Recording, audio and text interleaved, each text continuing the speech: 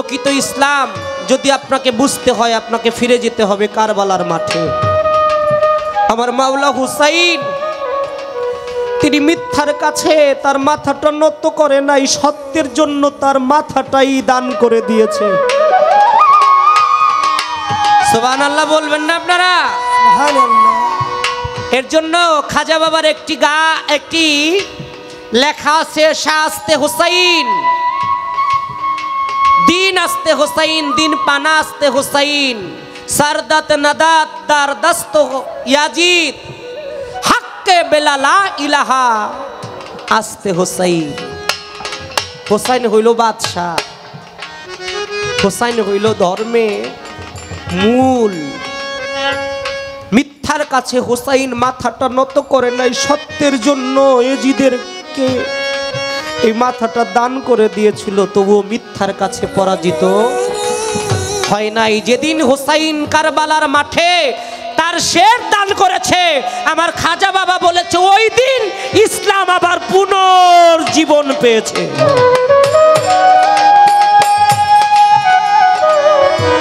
তাই এখনো ধর্ম আছে কাদের কাছে? এখনো ধর্ম আছে ওলি আল্লাহ পীর মুর্শিদের কাছে, এখনো ধর্ম আছে আওলাদে রসুলের কাছে, আলে মোহাম্মদের কাছে, আমার নবীর ওয়ারিসদের কাছে, ওলি আল্লাহ পীর মুর্শিদের কাছে। তাদের কাছে গিয়ে যদি আপনারা নবী রসুলের জীবন দর্শন শিখতে পারেন, ওলিয়া উলিয়ার জীবন দর্শন শিখতে পারেন, তাহলে আপনার জীবনটা বাবা 2 দিনের ক্ষণস্থায়ী জিন্দেগি। এখন আমরা বেশিরভাগ মানুষে আমাকে শিল্পীকে মধ্যে হলো ভাইরাল হওয়ার জন্য পাগল। আমি বাইরের মানুষের কথা কই না মা, আমার নিজের পরিচিত কাছের মানুষ গই দেখি বিভিন্ন ইউটিউবার গো ফোন দেয়, তুই আহিস অমুক জায়গায়, আমার গান রেকর্ড করবি যদি ভাইরাল হইতে পারি। ওরা দুনিয়ার জন্য পাগল। আমার নবী বলল তুমি দুনিয়াও চাও আখেরাতও চাও, একসাথে দুইটা কখনোই পাবা না। যে দুনিয়াও চায় আখেরাতও চায়, সেগুলো চতুষ্পদু জন্তুর চাইতে, মানে 4 পায়া জন্তুর চাইতে নিকৃষ্ট। এর জন্য লালন সাইজি বলেছে, কোন কুলেতে যাবি মনোরায়, গুরু কোলে যেতে হলে লোককুলো ছাড়তে হয়। কুল দুইটা, কোন কুলে যাবা? যদি গুরুকুলে যাইতে চাও তাহলে যশ খ্যাতি সম্মান টাকা পয়সা ধন দৌলত এই জাগতিক মোহকে বাদ দিয়ে গুরুর চরণে নিজেকে বিলাইয়া দাও। ওই কুলে নিজের কুল গড়ার চেষ্টা করো, তাহলে একটু নাজাত পাবা। আবার দুনিয়াও চাও আখেরাতও চাও, তাহলে তুমি 4 পায়া জন্তু পশুর চাইতেও বেশি নিকৃষ্ট। এটা মানিক দেওয়ান বলে না, কোরআন শরীফ আল্লাহ বলে। তাই বাবা, মানুষ হওয়া এই মানুষের বড় সাধনা। হাত পাও নিয়া জন্ম নিলেই তাকে মানুষ বলে না। আমার খাজা বাবা কিতাবের নাম আনিসুল আরওয়া। আনিসুল আরওয়া, ইহার আবিধানিক অর্থ যদি করতে যাই, আনিসুল এর অর্থ হলো সুস্পষ্ট হক, এর অর্থ হলো সুস্পষ্ট হক। আরওয়া শব্দের অর্থ অবক্ষয়কারী বা উত্তম। সুস্পষ্ট হক, অবক্ষয়কারী, উত্তম হলো এর ব্যাখ্যা। আর এটাকে বলা হয়েছে, খাজা বাবা এই কিতাবটা নিজে নাম রেখেছে, নিজের হাতে লেখা আনিসুল আরওয়া। এর বাংলা অর্থ সুস্পষ্ট হক, অবক্ষয়কারী বা উত্তম। চেষ্টা করলাম জবাব করার জন্য। এইবার প্রশ্ন করতে চাই, বড় পীরের কাছে এক ব্যক্তি দৌড়াইয়া গেল, আপনাদের জানাই। বলে বড় পীর আপনারে জানাই, আজকে 3 দিন হইয়া গেল আমার চোখে ঘুম নাই, আহার নিদ্রা কোনো কিছুই আমার ভালো লাগে না। কেন কি হইছে বড় পীর আমি বলিলাম ঘটনা। বড় পীরের কাছে যখন ঘটনা বলল, বড় পীর বলল এই যে এই লাঠিটা নেও, লাঠিটা নিয়ে তুমি ওই জায়গায় যাও, ওই জায়গায় যাই একটা গোল দাগ দিবা, এই গোল দাগ দিয়া তুমি এই নামটা এই কাজটা করবা, তাহলে তোমার যে মনের আশা এটা পূর্ণ হয়ে যাবে। আপনার কাছে জানতে চাই, বড় পীরের কাছে গিয়ে বলল হুজুর 3 দিন যাবত আমার মনে অশান্তি, আমার খুব সমস্যা, আমি খুব যাতনা সহ্য করতেছি। বড় পীর এইটার জবাব স্বরূপ তাকে হাতে একটা লাঠি ধরায় দিল। লাঠি ধরে বলল যে অমুক জায়গায় যাও, গিয়ে এই কাজটা করো আর এই জপনা করো, করলে তোমার মনের আশা পূর্ণ হয়ে যাবে। আপনার কাছে জানতে চাই, আপনি একটু বলবেন যে কি কাজটা করেছিল ওই ব্যক্তি, ওই ব্যক্তির নাম কি, 3 দিন ধরে তার ভিতরে কি যন্ত্রণা ছিল, এটা একটু বলবেন। একটাই প্রশ্ন নাকি নাকি আরেকটা করমু? আরে কয় কি আমি শক্ত বেটার ভক্ত খাও, কয় আমার মানিক বাবা। আচ্ছা বাংলাদেশে আলেয়া বেগম কি কম? কি কথা বলেন কি? আমার দয়াল পরশান বলতো বাংলাদেশের অনেক বয়ে তীরে মাপার যন্ত্র আছে, একমাত্র আলেয়া বেগম যারে মাপার কোনো যন্ত্র পৃথিবীতে এখন আবিষ্কার হয় নাই। তা আমার বাবা আমার মা আমাকে বাবা বলে, আমাকে সন্তান হিসেবে স্নেহ করে, মহব্বত করে। আমি ব্যক্তিগতভাবে যতটুকু মনে করি বাংলাদেশে যতগুলো শিল্পী মায়ের ছায়াতলে আছে, তার চাইতে আমি মানিক দেওয়ার নগণ্য হিসেবে মায়ের একটু ভালোবাসা বেশি পাই। আমার কপাল, আমার ভাগ্য। তা আমি এমন মায়ের সন্তান হিসেবে আমি কি সারইন্না বেটা নাকি? হ্যাঁ, আমি যদি আপনারা ছাইরা দিই তাহলে ধরবো কেটা? হ্যাঁ, তা আমি আর একটা প্রশ্ন করব। আমার বড় পীর আব্দুল কাদের জিলানী, বড় পীর আব্দুল কাদের জিলানী তার কাছে, হ্যাঁ আমার বড় পীর আব্দুল কাদের জিলানী তার পূর্ণাঙ্গ যৌবন বয়স, আমার বড় পীরের পূর্ণ যৌবন, তিনি ওই যৌবন বয়সে একটা হত্যা করলেন। আপনার কাছে জানতে চাই, এই হত্যাটা যদি করে থাকে বড় পীর, এইটার ফয়সালাটা কি? কারণ মানুষ হত্যার চাইতে বড় কোনো পাপ আর হইতে পারে না। পারে কি? মানুষ হত্যার চাইতে বড় আর পাপ হইতে পারে না। বড় পীর যখন পূর্ণ যুবক, এই যুবক অবস্থায় বড় পীর নিজে একটা মানুষকে হত্যা করেছিল। কারণটা কি? কাকে হত্যা করেছিল, কিসের কারণে হত্যা করেছিল? একটা প্রশ্ন। হ্যালো, আমার মেয়েটা যখন দুহার ধরে ওর আওয়াজটা বাড়াই দিত হয়, মানে ওর যে ডবলেরও ডবল। এই ডিউটিটা যদি না বুঝেন তাহলে বেডা হয়েছেন কি লেগা? আর সে তো বেডিরাই ভালো বুঝে, আন্তাজ বেশি। হ্যাঁ, আন্তাজ এই নুন দেয়, এইটাই হয়ে জায়গা।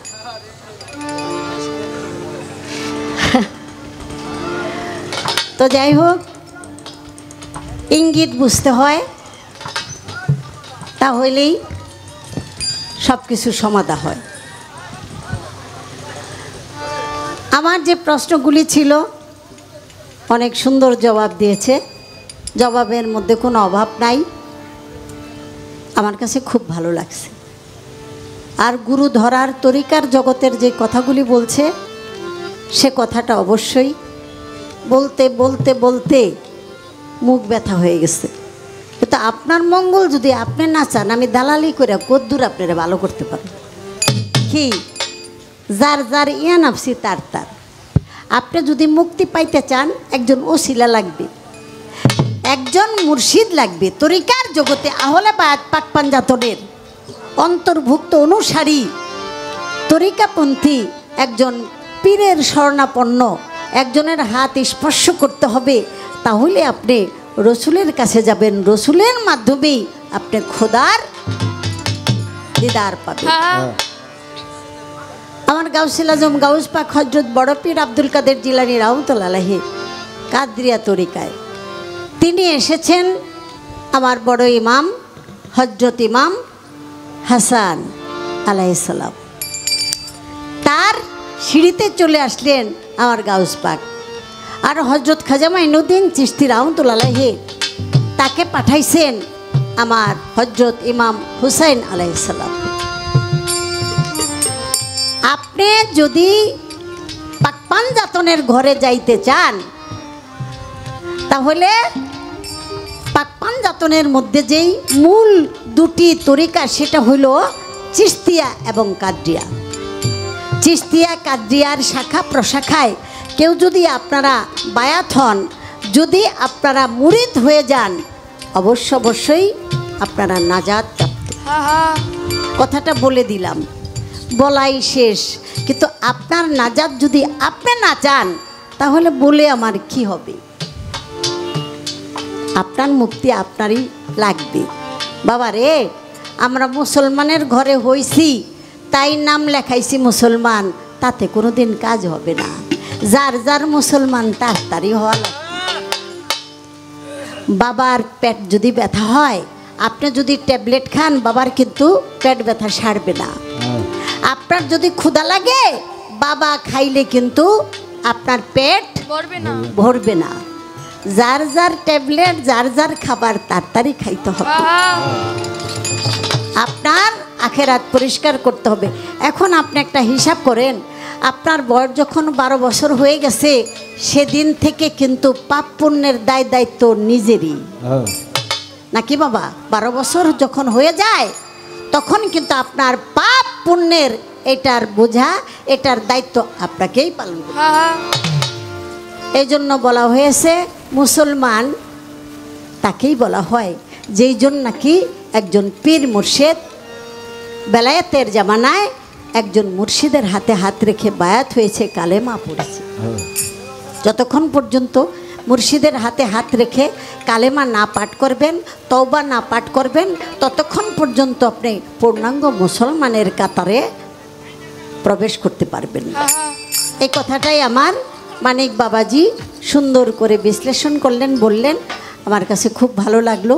তো আমাকে একটা জটিল প্রশ্ন জিজ্ঞেস করছে, যথাসম্ভব আমি জবাব দেওয়ার চেষ্টা করব। কারণ আজকের যে বিষয়টা, এটার মধ্যে কোনো তর্ক বিতর্ক কুতর্ক নাই। কুতর্ক না হওয়ার জন্য আমাদের উভয়েরই সতর্ক থাকতে হবে। আজকে শুধু দুইজন ওলির গুণগান আমরা গাইতেছি, এজন্য আনন্দ পাইতেছি, মজা পাইতেছি, বাড়তি কোনো কথা নাই। যেটা নাকি দলিল ভিত্তিক আছে আমরা সেভাবেই বলার চেষ্টা করতেছি। পিছনে আমাদের অনেক বাচ্চা কাচ্চা, ওরা তো পোলাপান মানুষ, ওরা একটু বুঝতে পারে না। আমার কর্তৃপক্ষ গান কমিটি যারা আছেন তারা ওদেরকে একটু সরাইয়া দেন, তাহলে ভালো হবে। আমি একটা গান করি। লাঠির একটা প্রশ্ন জিজ্ঞেস করছে, সেই জবাবটা দেওয়ার চেষ্টা করব। এটা আস্তে বাড়ি দিও।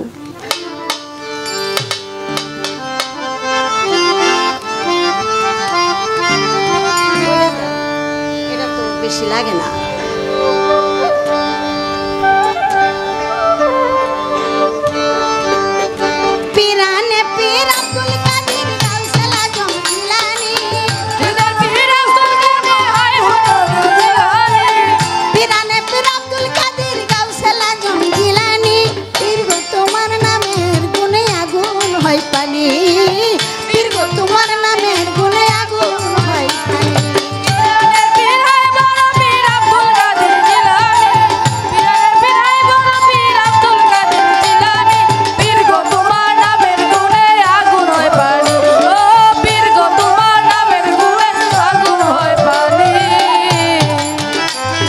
তোমার নামে স্রোত যাই থেমে, তোমার লাঠির ইশারায় গেল সীমা নাই নেমে গো, সীমা নাই নেমে।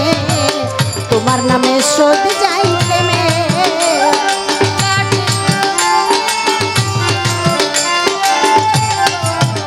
ওরে তোমার নামে স্রোত যাই থেমে, তোমার লাঠির ইশারায় গেল সীমা নাই নেমে গো, সীমা নাই নেমে।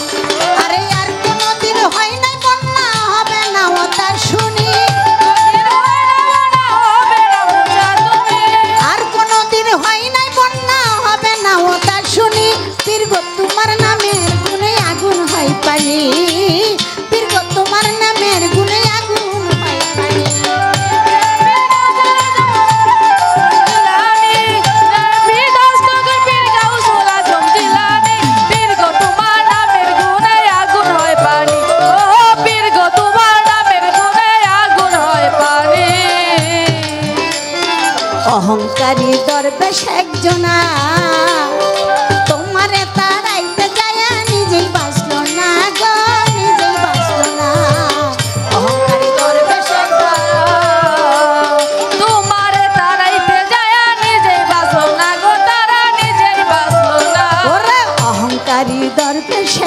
না, তোমারে তারাইতে যায় নিজেই বাঁচলো না গো, নিজেই বাঁচলো না।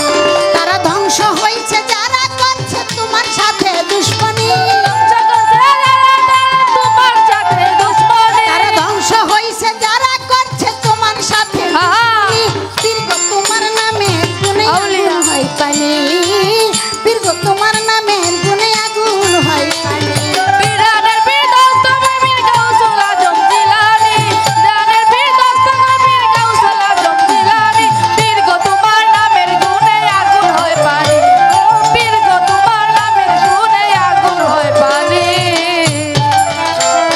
তোমার ভক্ত সৌদাগর একজন দেশে ফিরতে টাকার দলে করলো আক্রমণ গো, করলো আক্রমণ। তোমার ভক্ত সৌদাগর একজন দেশে ফিরে টাকা দলে করলো আক্রমণ গো, করলো আক্রমণ। তোমার ভক্ত সৌদাগর একজন আরে দেশে ফিরতে টাকার দলে করলো আক্রমণ গো, করলো আক্রমণ। তোমার পায়ের খরম ছুঁইরা যায় ডাকাতরে দেয় দৌড়ানি, তোমার পায়ের খরম উইরা যায় ডাকাতরে দেয় দৌড়ানি। দীর্ঘ তোমার নামের গুণে আগুন হয় পানি, দীর্ঘ তোমার নামের গুণে আগুন হয় পানি।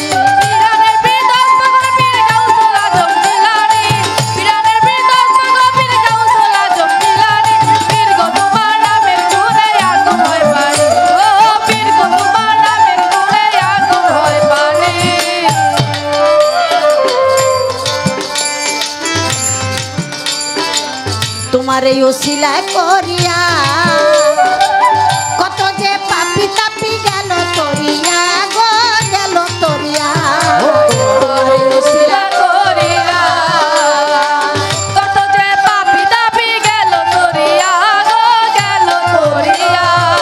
তোমার এই ওসিলা করিয়া কত যে পাপি তাপি গেল তরিয়া গো, গেল তরিয়া। ওরে আলে কয় প্রাণ ভরিয়া গাব তোমার জীবনী, আলে কয় প্রাণ ভরিয়া গাব তোমার জীবনী। দীর্ঘ তোমার নামের গুণে আগুন হয় পানি, দীর্ঘ তোমার নামের গুণে আগুন হয়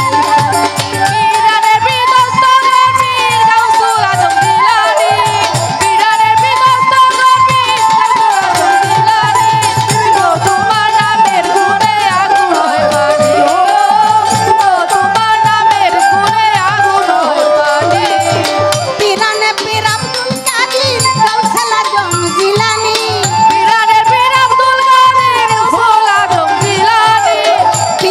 পীর আব্দুল কাদির গাউসুল আজম জিলানী।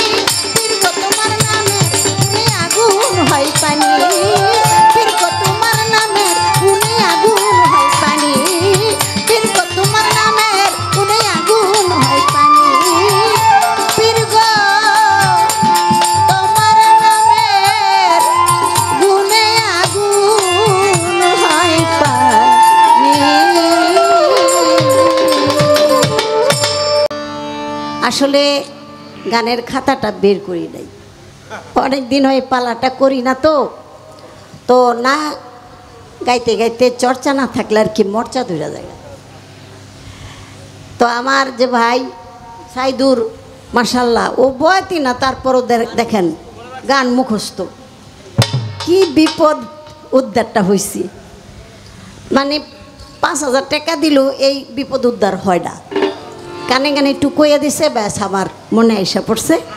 তো গানটার মধ্যে গোটাটাই কিন্তু জীবনী, প্রত্যেকটা কথায় কথায় আমার গাউসুল আজম গাউস পাকের কেরামতি, আল্লাহর কুদরত, নবীদের মাজেজা আর অলিয়া উলিয়ার হইল কেরামতি। পিরানে পীর আব্দুল কাদের গাউসুল আজম জিলানী, পীর গো তোমার নামের গুণে আগুন হয় পানি, পীরের নামের গুণে আগুনও পানি হয়ে যায়, পানি হয়ে যায়। এটা কিসে আমি ধীরে ধীরে বলার চেষ্টা করি। পিরিতি পিরিতি পিরিতি তারাই তারাই জানে গো, গোপন প্রীতি প্রীতি তারাই তারাই জানে গো যার সঙ্গে যা ভাবের প্রীতি প্রীতি তারাই তার জানে গো যার শোনে যার ভাবের প্রীতি প্রীতি তারাই তারাই জানে গো যার শোনে যার ভাবের প্রীতি কিসের আমার রান্ধন বারণ গো সখী শৈল কিসের হলুদ কুটা আরে চোখের জলে চলা চল ভাইসা গেল পাটা গো ভালো ভালো ভাবের প্রীতি প্রীতি তারাই তারাই জানে গো যার সঙ্গে যার গোপন প্রীতি প্রীতি তারাই তারাই জানে গো যার শোনে যার ভাবের প্রীতি প্রীতি তারাই তারাই জানে গো যার শোনে যার ভাবের প্রীতি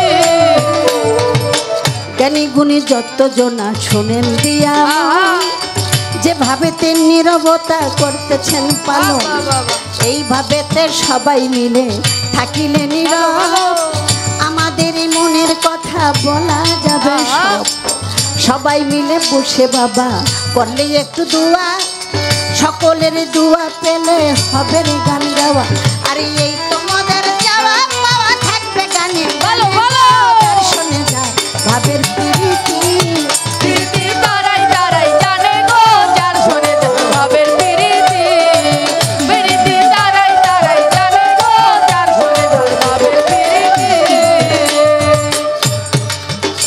ওরে বুরহান নগরী আমার গাউসেল আজম পীরে সেই কথাটা বলবোই আমি বলবো সুরে সুরে বুরহান নগরে একজন ভক্ত কিন্তু ছিল সেই কথাটা বলতে আমার মনে আসা হলো ও আজের মাহফিলে সেই ভক্ত গিয়ে চুপ করিয়া বসে থাকতো বলি আমি কে চুপ করিয়া বসে থাকতো মুখখান ঢাকিয়া নাম ছিল তার সাদুল্লাহ শোনেন যত ভাইয়া চুপ করিয়া ওয়াজ শুনতো শুনেন দিয়া মন সে কিন্তু হিন্দু ছিল বলছি বেবারণ গাউসে পাকের জন্য তাহার মনে ভালোবাসা জাগে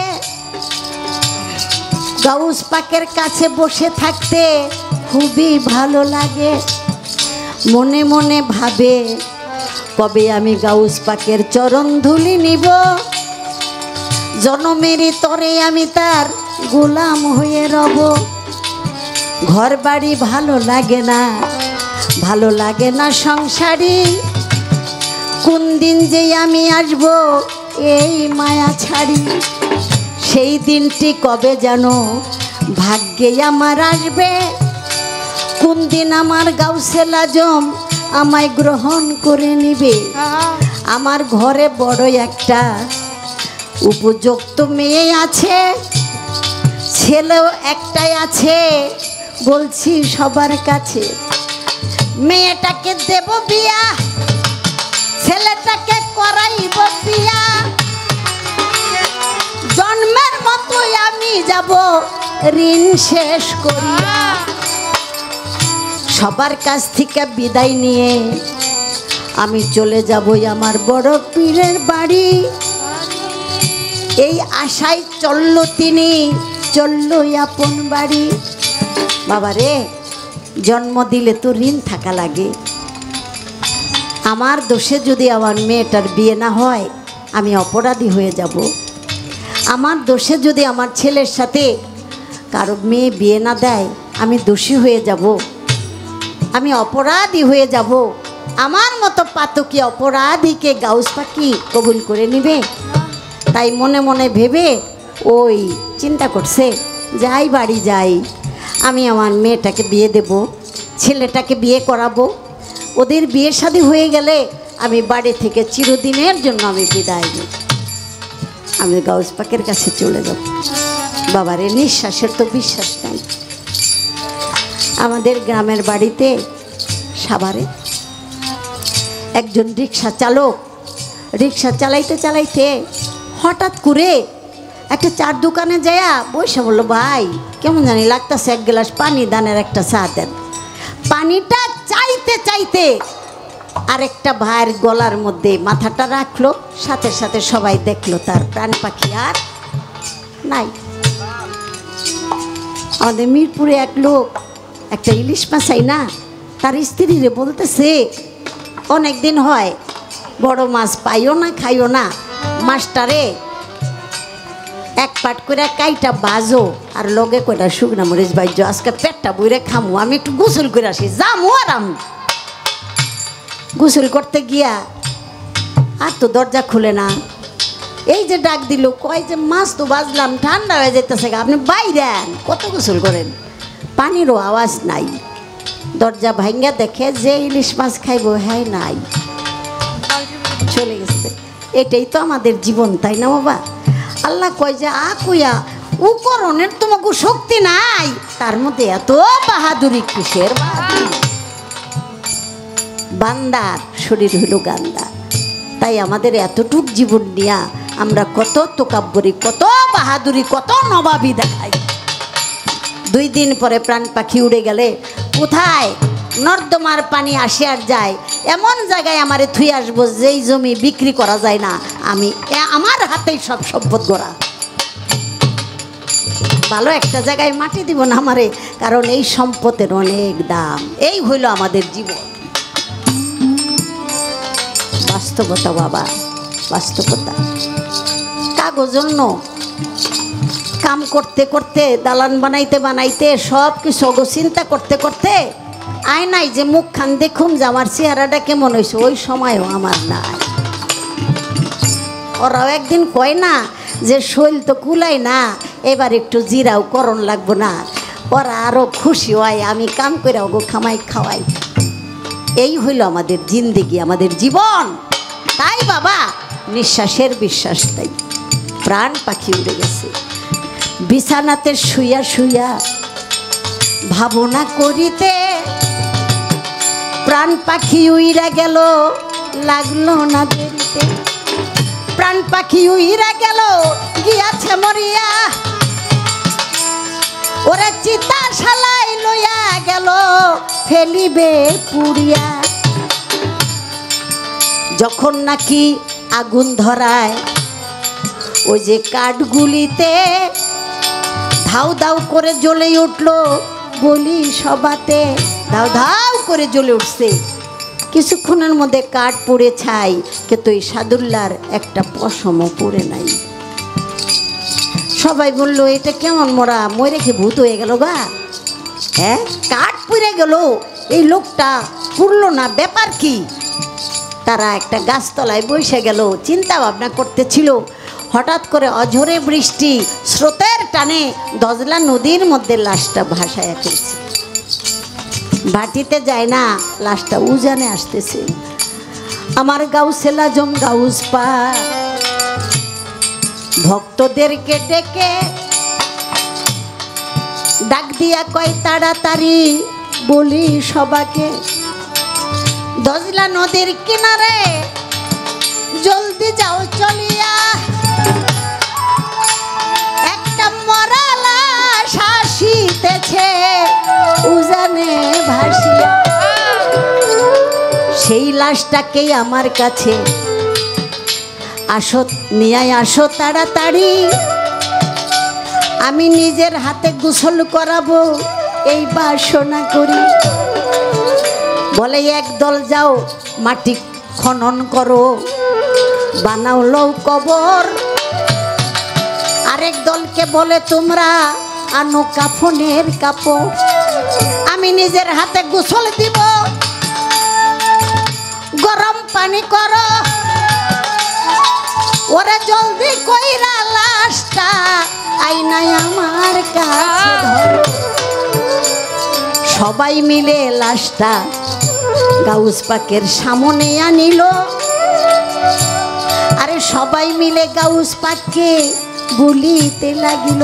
কি বলে, বাবা কারে আপনি গোসল দিবেন, কারে আপনি মাটি মঞ্জিল করবেন?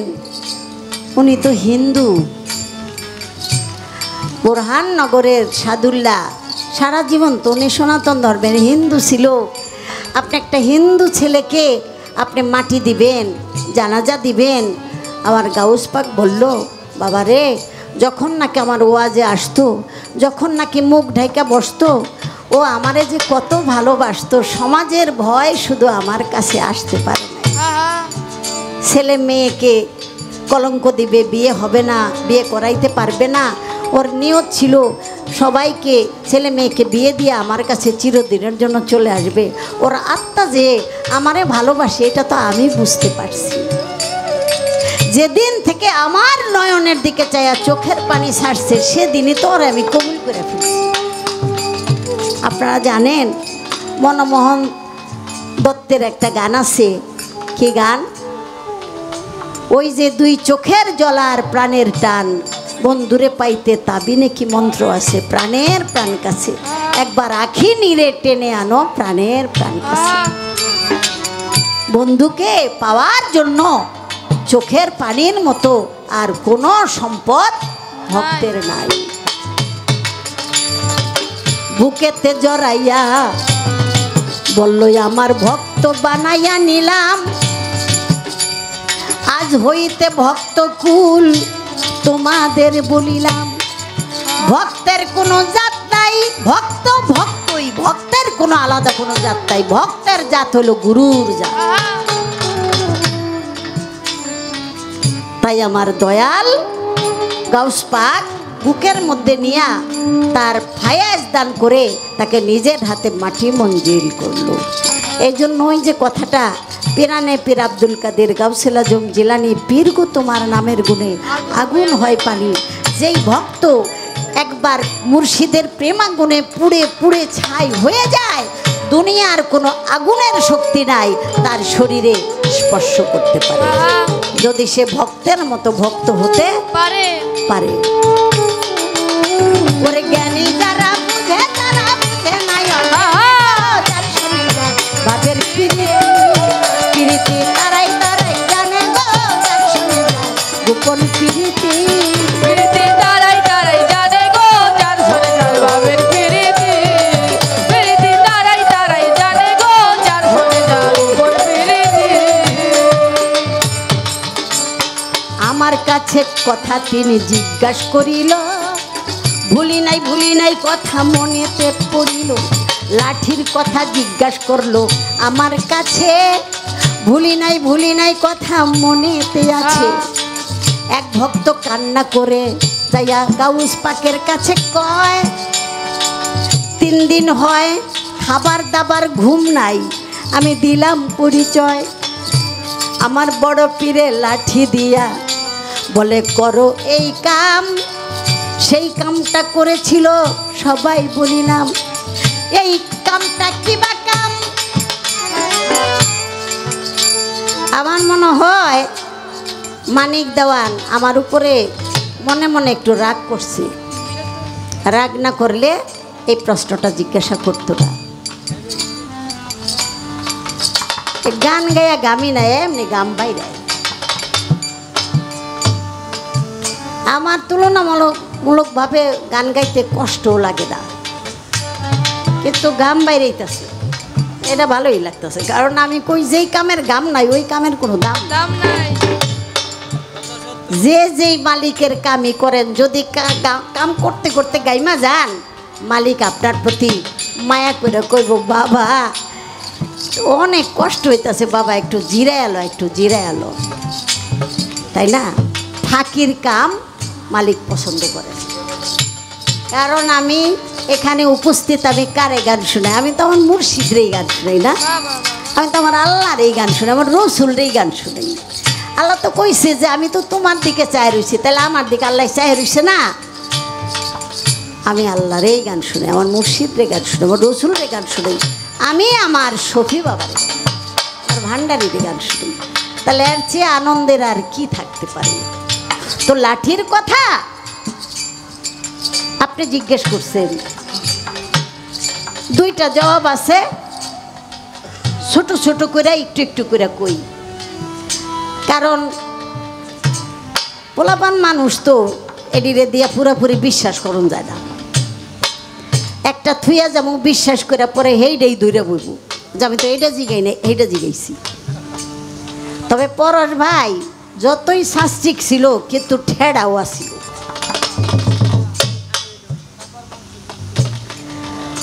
ও হয় নাই কিসের জন্য? কারণ ওর বাবা হলো ভান্ডারির বায়াত, ভান্ডারি মুড়ি। ওই তরিকার জগতে যারা যায় তাগো আগেই কুরবানি করে লায়। আর মুরিদ হওয়া মানেই তো কুরবানি, অর্থাৎ মরার আগে মরা। তাদের ভিতরে আর থাকে না কোনো অহংকার, গৌরব, তুকাব্বরি, অন্য কিছু আর থাকে না। এই বাজান লাগবো না, জিরাও, থামো। আমি একাই কই, দজলা নদীতে একবার বন্যা হইল, আমি নিশান করব সই। সেই গ্রামবাসীরা, গাউসুল আজম গাউস পাকের এক ভক্ত ছিল, তার কাছে করিল মিনতি,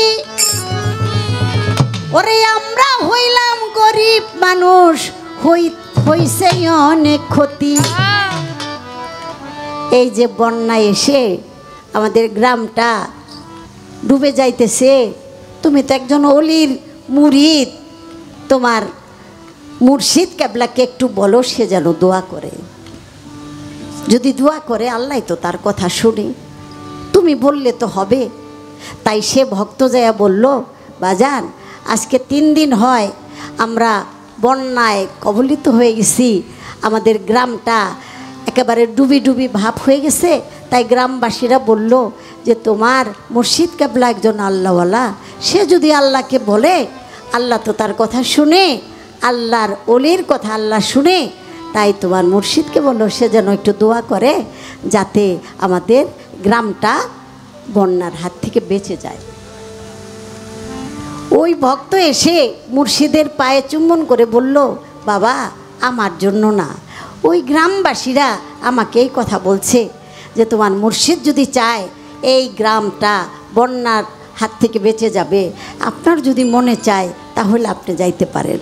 তখন আমার গাউসুল আজম গাউস পাক ওই লাঠিটা এক রয়তে বলে লাঠিটা নিজে নিয়েই গেলেন, আরেক রয়তে বলে ভক্তের হাতে দিয়ে বললেন, লাঠিটা একটা সীমানায় গেড়ে বলবা যে গাউস পাক বলেছে তুমি আর কোনো দিন সীমানা অতিক্রম করবে না। তাই জীবনীতে বর্ণনা সেই থেকে সাথে সাথে বন্যার পানি নেমে গেল, আর এ যাবৎ আর কোনো দিনই সেই অঞ্চলে বন্যা প্রবেশ করে। এটা হলো একটা। আরেকটা হলো একটা তাঁতি ছিল যে নাকি বাগদাদে একটা চাদর বানাইতো বাদশাকে দেওয়ার জন্য। তো বাদশাকে দেবে যখন সে গাউস পাকের কাছে মুরিদ হইছে তখন থেকে 2টা চাদর বানায়। সবচেয়ে সেরা চাদর যেটা সেটা দেয় মুর্শিদরে, আর যেটা একটুখানি নিঃশা ওইটা দেয় বাদশারে। এইভাবে চলতেছে। হঠাৎ করে একটা দুষ্ট লোক আছে না, ওই যে কি জানি এটির নাম কয়, সগলখোর, দান্দা, বড় শয়তানে গেলি বাবা রে বাবা। এই চরিত্র হইল নারী চরিত্র, এলা পুরুষের মধ্যেই হোক আর বেডিগো মধ্যেই হোক, ওর কথা ওর কাছে, ওর কথা মানে কাজ্জা খালি লাগানের মধ্যেই থাকে, নইলে ওর পেটের ভাত হজম হইব না। ব্যাস বাদশার কাছে লাগাই দিছে যে আপনার রাজ্যে খাইয়া খুইয়া আপনার লেগা বানাই হইল 2 নম্বর চাদর, আর হ্যার গুরুর লিগা বানাই হইল 1 নম্বর চাদর। ডাক দিছে, এই বেটা তাঁতির ঘরে তাঁতি, আমার রাজ্যে থাইকা চাদর কয়টা বানাস? আমি 2টা বানাই। আরেকটা কারে দেস? আমার গুরুরে দেই। হেটা ভালো না আমারটা ভালো? কয় কেন, আমার গুরুর লিগেই সেরাটা বানাই। যারা ভক্ত তারা কিন্তু মিথ্যার ধার ধারবে না। মিথ্যা বলে আমি কয়দিন বাঁচুন? কোন দুনিয়ায় দরকার আছে? মিথ্যা বলা মানে আমার সততাকে হত্যা করা। মিথ্যার ধার ধারে না। তখন তার পরিবার বর্গকে আগে মারছে 3 দিন, মাইরা তারপরে এখান থেকে বিতাড়িত করে দিচ্ছে। তখন যাইয়া গাউস পাকের কাছে উপস্থিত হইয়া এই বিষয়টা বলল। বলার সাথে সাথে গাউস পাক হাতের লাঠিটা দিয়া তখন একটা চক্কর দিতে বলল, আর গাউসুল আজম গাউসুল আজম গাউসুল আজম গাউসুল আজম বলেছে ওই রাজার, ওই বাদশার রাজ্যটা যেন মাটির নিচে ডুবে যায়। মাটির নিচে ডেবে গেছে। কিন্তু ওই বাদশার যে বাবা তখন ছিল হজে, ওই বাদশার বাবা আবার গাউস পাককে খুব ভালোবাসতেন। যখন নাকি হজ থেকে আসছেন, আসার পরে চায়া দেখে যে রাজ্য তো আর বিশ্রায় পাইতেছে না, তখন যাইতে যাইতে গাউস পাকের কাছে গেল, যাইয়া পায় ভক্তি দিয়া বলল যে হুজুর বাবা, আমার ছেলের রাজ্যটা তো আমি পাইতাছি না। তখন বলল, তোমার ছেলে আমার ভক্তের সাথে বেয়াদবি করছে, সেই জন্য তোমার ছেলে আর যত প্রজা আছে, রাজ্যের যা আছে সব আমি মাটির নিচে থুয়ে দিছি, শাস্তি দিছি। তখন ওই বাদশার যে বাবা, সে বাবা পায়ে ধরা ক্ষমা চাইল, এবং ক্ষমা চাওয়ার পরে সে ক্ষমা করলো। সেই ওসিলায় ওই বাদশার রাজ্য উদ্ধার হইল, এবং বাদশাহ আর রাজ্যে যারা ছিল সবাই এসে আমার গাউস পাকের কাছে বায়াত হইল। বহুত আগে এগুলি বাবা পড়াপড়ি করা লাগছে, কারণ এক সময় লেখাপড়া না করলে, বই না পড়লে এই পালা গান গাওয়া সম্ভব ছিল। এখন তো ওই দিকে মাথা ঘামায় না। একটা প্রশ্ন জিগাইলে ওই বাপ দাদার একটা পুতা আছে, পুতার মধ্যে টিভি দেয়, এটা কোথায় আছে বের করো গুগল, বাস। আর নাহলে একজনের কাছে ফোন করে, এই অগোয়ার পরন লাগে না আর কি। যেই সময়টায় পড়বো ওই সময়ের মধ্যে আজে বাজে ফাইজলামের মধ্যে ব্যস্ত। তো যার ফলে আজকে দেখেন, যদি এইটা আমি জীবনে যদি না পড়তাম, তাইলে আমি আজকে কি বিপদেটা পড়তাম বলেন।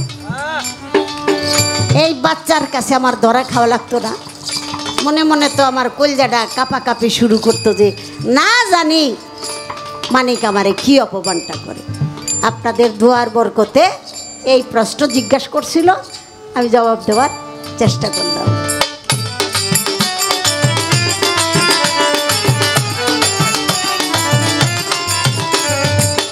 আরেক কথা জিজ্ঞাসা করছে, এই বাচ্চা ছেলে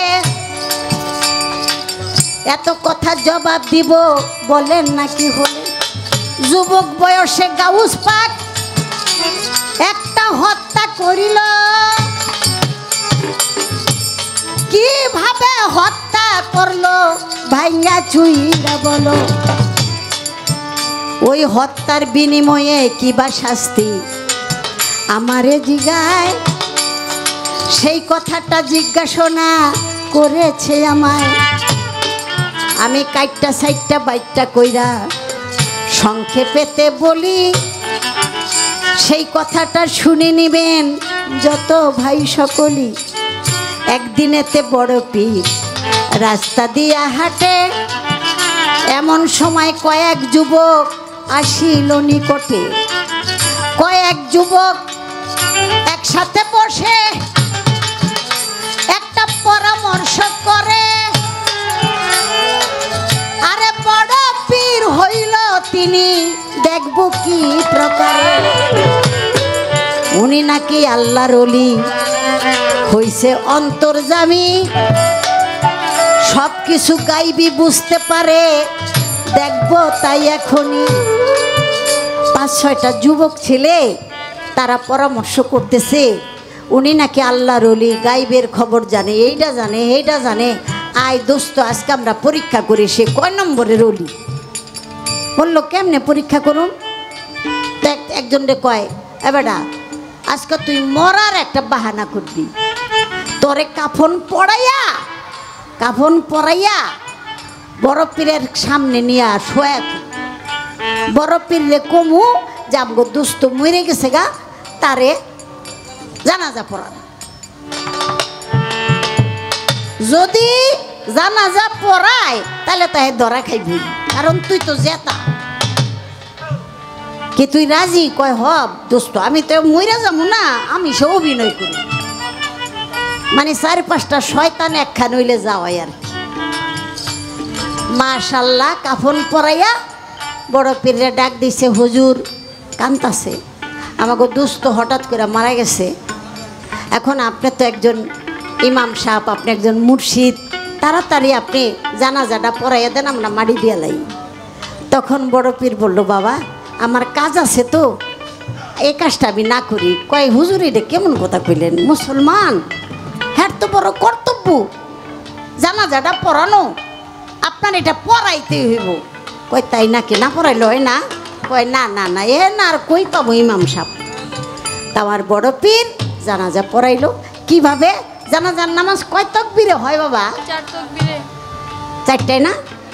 4 তাকবীরে। আর সেদিন তাকবীর দিছিল 5টা দিছে।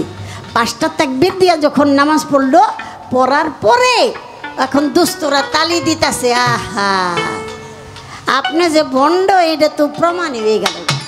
কয় কেন? আমার দুস্ত তো মরে না, এটা দিয়ে জেতা। আবার সবাই জানাজার নামাজ 4 তাকবীরে আর আপনি দিয়ে দিলেন 5 তাকবীরে, তাহলে এটা হইল। আর আপনার নাম কয় মানুষে মস্ত বড় অলি, আপনি কি এর অলি? তখন বলল বাবা মরা মানুষের জানাজা হয় 4 তাকবীরে, কিন্তু ও তো মরা না, ও তো জেতা। তো জেতাটারে একটা তাকবীর বেশি দিয়ে আগে মাইরা লইছি, কারণ তোমরা যখন চাইছো জানাজা দিতেইব, আগে এটারে মারছি 1 তাকবীর বাড়তি দিয়া মাইরা, তারপরে মরাডারে আমি 4 তাকবীরে জানাজা। চাইয়া দেখো তোমার দোস্তে আসেনি, মুখটা যখন খুললো চাইয়া দেখে দোস্তে নাই, চিরদিনের জন্য সে শুয়ে পড়ছে। তাই সবাই মিলে গাউস পাকের পায়ে ধরে বলল আপনি আল্লাহর ওলি। এজন্য বাবা পৃথিবীতে আল্লাহর ওলির সাথে কখনো কেউ যেন বেদবি না করে।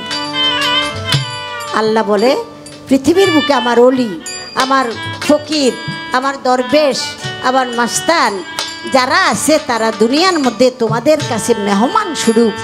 আমার মেহমানকে তোমরা আদর করবা, সেবা করবা, যত্ন করবা, তাহলে আমি খুশি হব। আর বিন্দু পরিমাণ যদি আমার অলিদের সাথে দুশ্মনী করো, সে যেন তরবারি হাতে নিলা আমার সাথে যুদ্ধ করার। আমার তো মনে হয় এই প্রশ্নটাই ছিল, তাই না? আশা করি আমি বলার চেষ্টা করলাম। এইবার ছোট্ট একটা গান করে আমি শেষ করি। আপনার কাছে একটা প্রশ্ন করি, প্রশ্ন না করলে আবার ওইটা কইতে পারে মায়ে কি প্রশ্ন হারায় ফেলল নি। আমি একটা প্রশ্ন আপনার কাছে জিজ্ঞাসা করব, আপনি জবাব দিবেন। সেটা হলো উসমান হারুনি রহমতুল্লাহ আলাইহি খাজা বাবার মুর্শিদ কেবলা একদিন আল্লাহর সাথে ঝগড়া করতেছে। আল্লাহর সাথে ঝগড়া করতেছে, কিন্তু সেই ঝগড়াটার মীমাংসা করলো আমার খাজা বাবাই। আমি জানতে চাই সে আল্লাহর একজন ওলি হইয়া আল্লাহর সাথে ঝগড়া বাঁধাইতেছে বা ঝগড়া করতেছে কোন বিষয় নিয়ে, আর সেটা খাজা বাবা মীমাংসা করলেন। এটা কিভাবে মীমাংসা করলেন? এটাই আমার জিজ্ঞাসা। আশা করি জবাব দিবেন। আমি ছোট্ট করে একটা বিচ্ছেদ গান করি।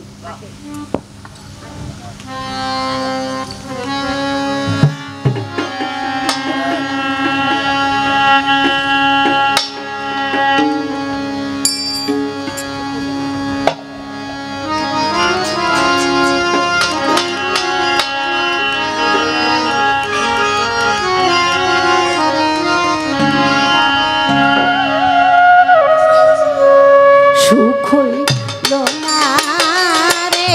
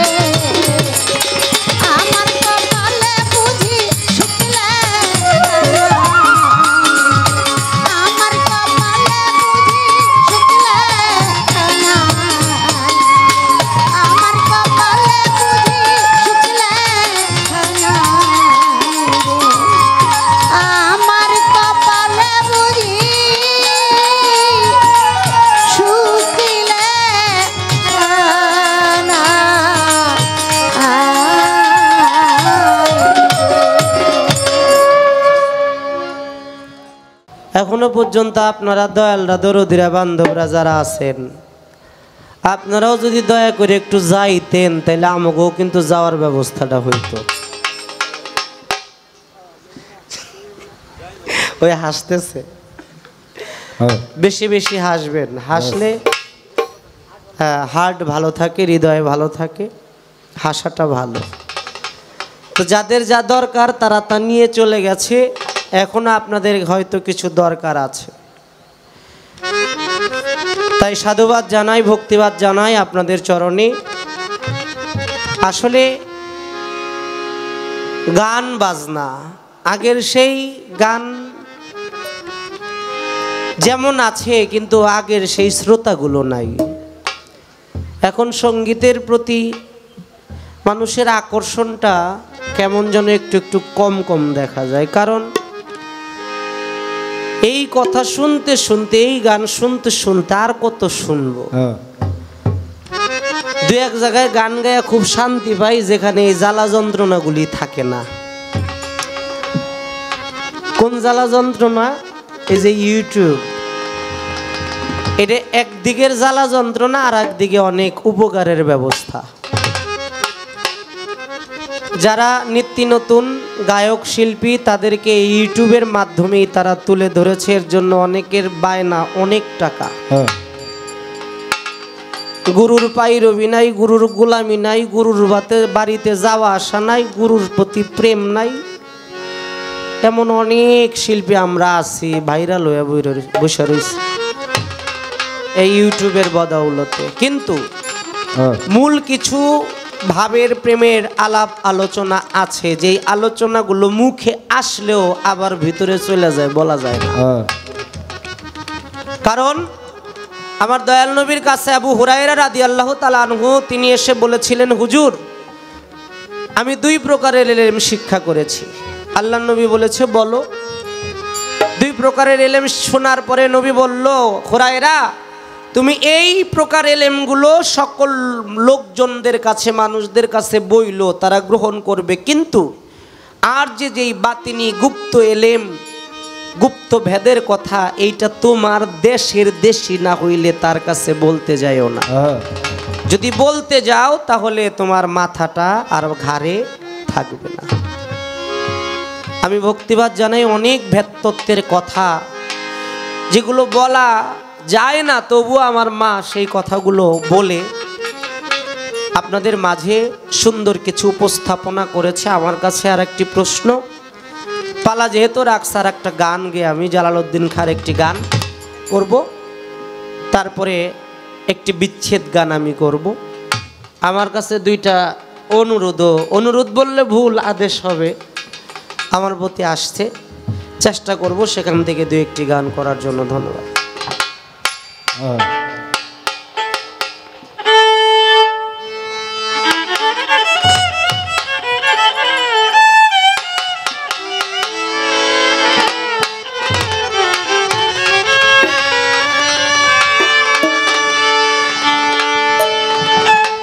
বাক পাঞ্জাতন করি হে শরণ,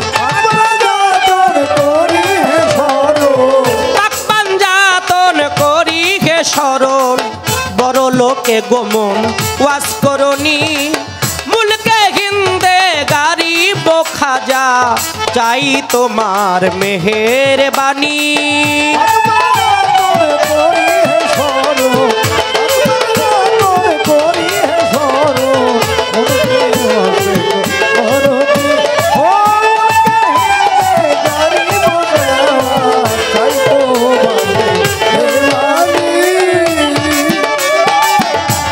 নবিতরু শাখায়ালি হাসান বসরি পাগলা কলি, নবিতরু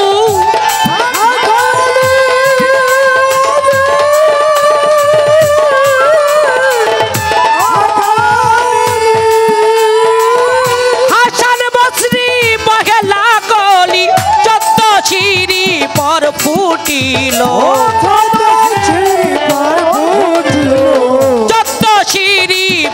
ফুটিল খাজা ওসমান হারুনি।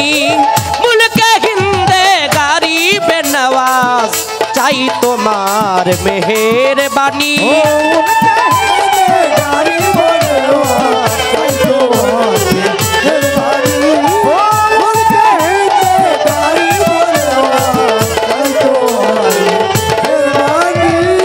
তোমার গজল শুনে মরিলায়া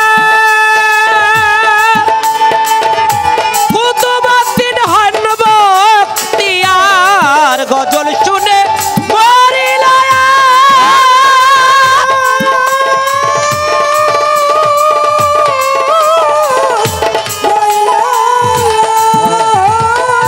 কুতুবউদ্দিন হন বখতিয়ার আজবতি গাইতেছে গান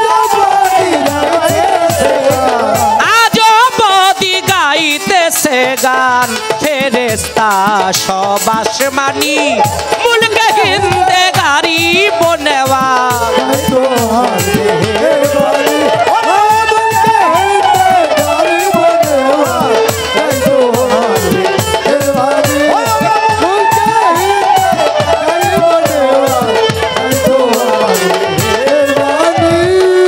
শেখ ফরিদের শেষ খলিফা নিজামুদ্দিন হন আউলিয়া শেখ ফরিদের শেষ খলিফা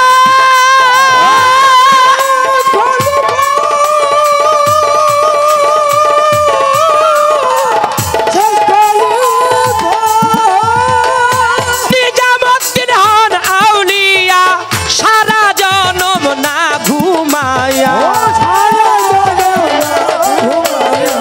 সারা জনম না ঘুমায়া কাটাইলেন জিন্দেগানি মুলকে হিন্দে গাড়ি বোখাজা চাই তোমার মেহেরবানি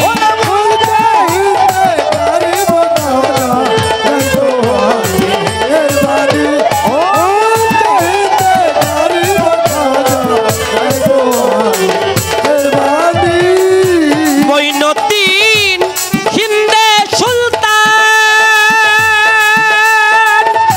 গাউসুল আজম হয় দয়াবান মঈনুদ্দিন হিন্দে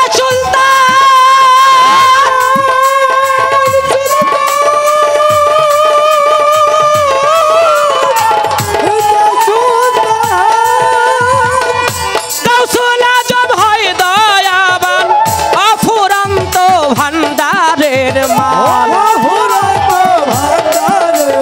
তোমার অফুরন্ত ভান্ডারের মাল চাহে বাদশা ভিখারিনী মুলকে হিন্দে গাড়ি বনেওয়াজ চাই তোমার মেহেরবানি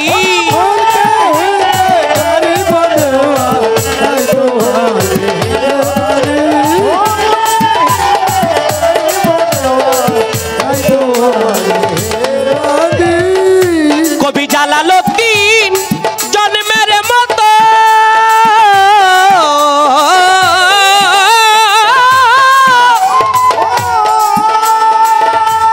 চোখের জলার ফেলবো কত জালালউদ্দিন জন্মের মতো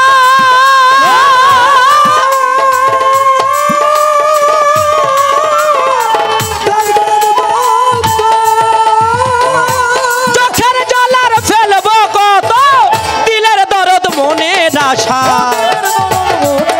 ও দিলের দরদ মনের আশা ব্যাকুলতায় ছটফটানি মুলকে হিন্দে গাড়ি বনেওয়াজ চাই তোমার মেহেরবানি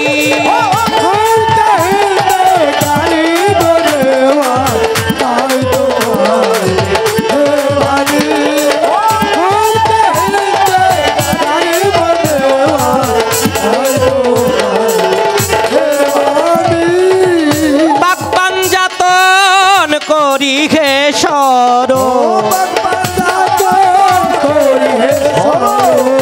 পাকপাঞ্জাতন করি হে শরণ বড় লোকে গোমন ওয়াসে করণী মুলকে হিন্দে গাড়ি বোখাজা চাই তোমার মেহের বাণী মুলকে হিন্দে গরিব খাজা চাই তোমার মেহের বাণী।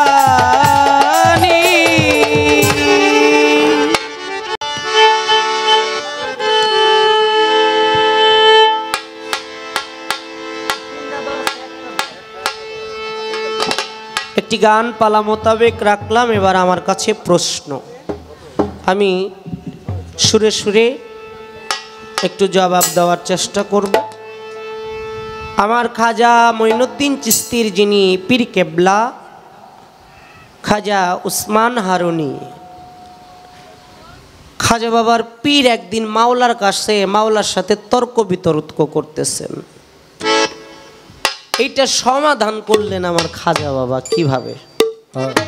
এই তো প্রশ্ন নাকি?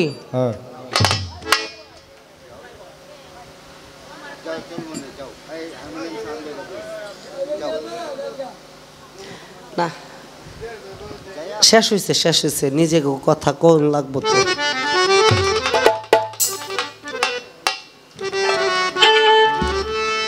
তাই আমি একটু সুরে সুরে জবাব দিব, আশা করি আপনারা লক্ষ্য করে শুনবেন।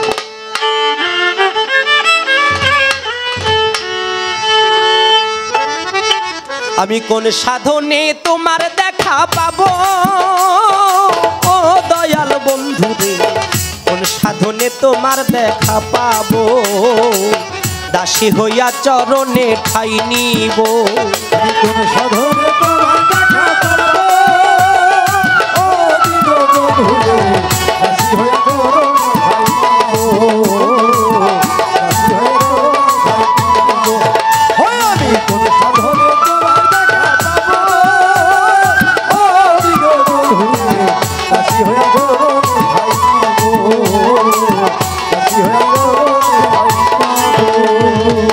বন্ধুরে বন্ধু তুমি ছায়ায় আমি কায়া, বাঁচি না তোমারে ছাড়া, দুই আত্মায় এক আত্মা হয়ে রব ও বন্ধুরে। ও বন্ধুরে, ও বন্ধুরে, ওরে তুমি ছায়ায় আমি কায়া, বাঁচি না তোমারে ছাড়া, দুই আত্মায় এক আত্মা হয়ে রব ও বন্ধুরে। আমার শ্বাস প্রশ্বাসে প্রতি চক্রে চক্রে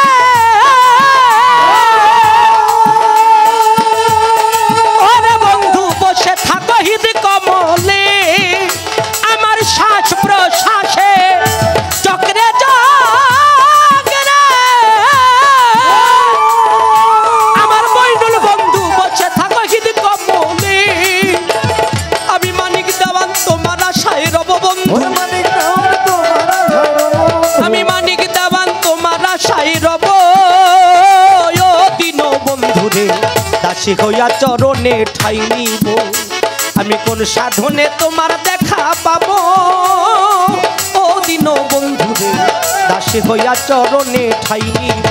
হয় আমি কোন সাধনে তোমার দেখা পাবো ও দিন বন্ধু রে, দাসী হইয়া চরণে ঠাই নিব, দাসী হইয়া চরণে ঠাই নিব। আমার প্রশ্নের জবাব দিয়া প্রশ্ন করে গেল, ভুলি নাই জবাব মনে পড়িল। খাজা বাবার পীর ওসমান হারুনির কাছে এক রমণী গেল চলিয়া, যায়া বলছে তাহার কাছে বিনায়া বিনায়া। ভাই রেগে গেলেন তো হেরে গেলেন। রাগ মানুষকে ধ্বংস করে ভাই। থাক ভাই, ভাই হইছে ভাই, ওরা তো প্রথম গান গাইতেছে সাউন্ড সিস্টেমে। থাক ভাই, আপনি সাধ্য অনুযায়ী একবারও কিন্তু আপনাকে বলি নাই আপনি খারাপ, কিন্তু আপনি হুদ হুদিরাই গাজান, মনে হয় পেঁয়াজ বেশি খান না।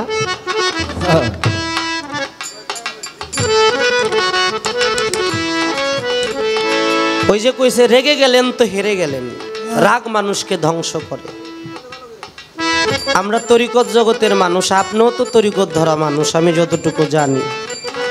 তরিকতের মানুষগো তো বিনয়ী ভাবটা থাকে। আপনি এত রাগ কে ভাই? রাগ করেন না ভাই, একটু হাসেন হাসেন, রাগ করেন না, হাসেন। এই তো ফেরি কালার আসে।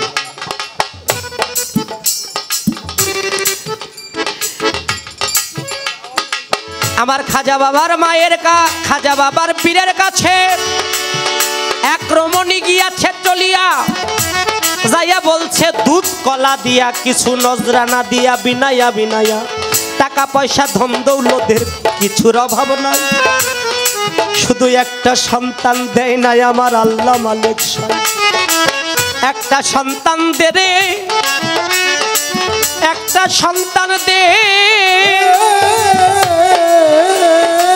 কামাই খাইবার স্বাদ নাই, মরলে মাটি দিব কে। খাজা বাবার পীর ওসমান হারুনি ধ্যানেতে জাগিয়া আল্লাহর কাছে প্রার্থনা করে বলতেছে খুলিয়া, একটা সন্তান দাও গো মাওলা, একটা সন্তান দাও গো মাওলা। আমার মাওলা বলতেছে ও হারুনি তোমারে জানাই, এই মহিলার ভাগ্যে আমি কোনো সন্তান রাখি নাই। ভণ্ড হারুনি ভণ্ড ভণ্ড বলে ওই মহিলা বাড়ির দিকে যাইতেছিল, পথিমধ্যে খাজা বাবা দাঁড়াইয়া ছিল। কোন কানে যদি গুরুর বদনাম আসে, ভক্ত যদি ভক্তের মতো হয়, জীবন দিয়ে দিবে তবুও গুরুর বদনাম শুনবে না, এই না ধরায়। বলতেছে মা তুমি এইভাবে রাগান্বিত হয়ে কোত্থেকে আসতেছো? কয় তুমি বাচ্চা মানুষ, হ্যাঁ তুমি বুঝবে না, তুমি কম বয়সী মানুষ, এত বড় মানুষই বুঝলো না আমার ব্যথা। তুমি কম বয়সী যুবক, তুমি আসলেই বাচ্চার মতোই, তুমি বুঝবা না আমার ব্যথা। বাবারা কি বিরক্ত হন আমার কথা? কয় না,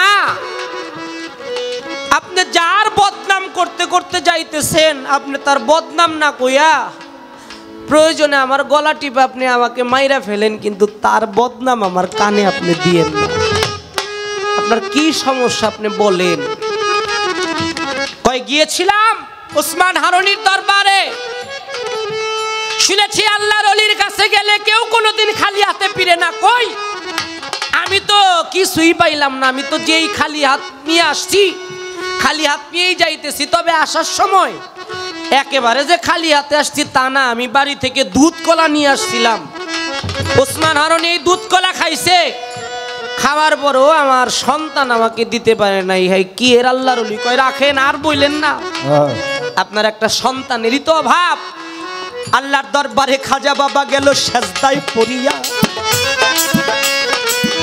বলতেছে মাওলা তুমি আপে শাই কিবরিয়া, তুমি রহিম রহমান জুলজালাল কিবরিয়া, আমি মঈনুদ্দিন তোমার কাছে প্রার্থনা যাই করিয়া, আমার ভাগে যদি কোনো সন্তান থাকে একটা সন্তান দিয়া দিলাম। এই মহিলার ভাগে তুমি মাওলা কবুল করো, আমি প্রার্থনা করতেছি দয়াল তোমার দ্বারে। মালিক আমার পীরের সম্মান রক্ষার্থে, আমার দয়ালের সম্মান রক্ষার্থে আমার ভাগে যদি কোনো সন্তান থাকে, মালিক তুমি এই সন্তানটা এই মহিলাকে দিয়ে দাও। আমি মহিলাকে দান করে দিলাম। সুবহানাল্লাহ বলবেন না? খাজা বাবা দোয়া মালিকের দরবারে কবুল হয়ে গেল। ওই মহিলার একটা সন্তান আসলো পৃথিবীতে। কিন্তু ওসমান হারুনি এই দোয়া যখন করে তখন পাশেই দাঁড়াইয়া শুনতেছিল, আর বুকের মধ্যে খাজা বাবাকে ওই মহিলা যাওয়ার পরে বুকের মধ্যে টান দিয়ে বলে, বাবারে ও মঈনুদ্দিন আজকে তোর ভাগের সন্তানটাই মহিলাকে দান করে দিলি। এই সন্তানটা পৃথিবীতে আসলে তো তোকে বাবা বলে ডাকতো, তোকে মহব্বত করতো, আদর করতো। আমি তোর পীর হয়ে আল্লাহর কাছে দোয়া করি, একটা সন্তানের বাবা ডাক থেকে তুই মঈনুদ্দিন বঞ্চিত হয়েছিস।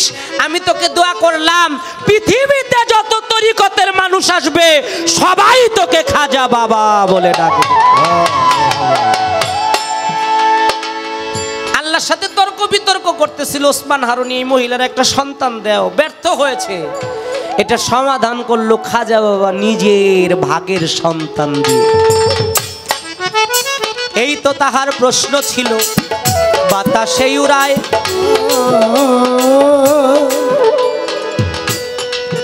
আমার কোনো প্রশ্ন নাই। এই পর্যন্ত গানের পালা, গানের সমাপ্ত হইবে নিশ্চয়। তাই তো আমার কথাবার্তা হলো শেষ। আমার দেশ সোনার বাংলা।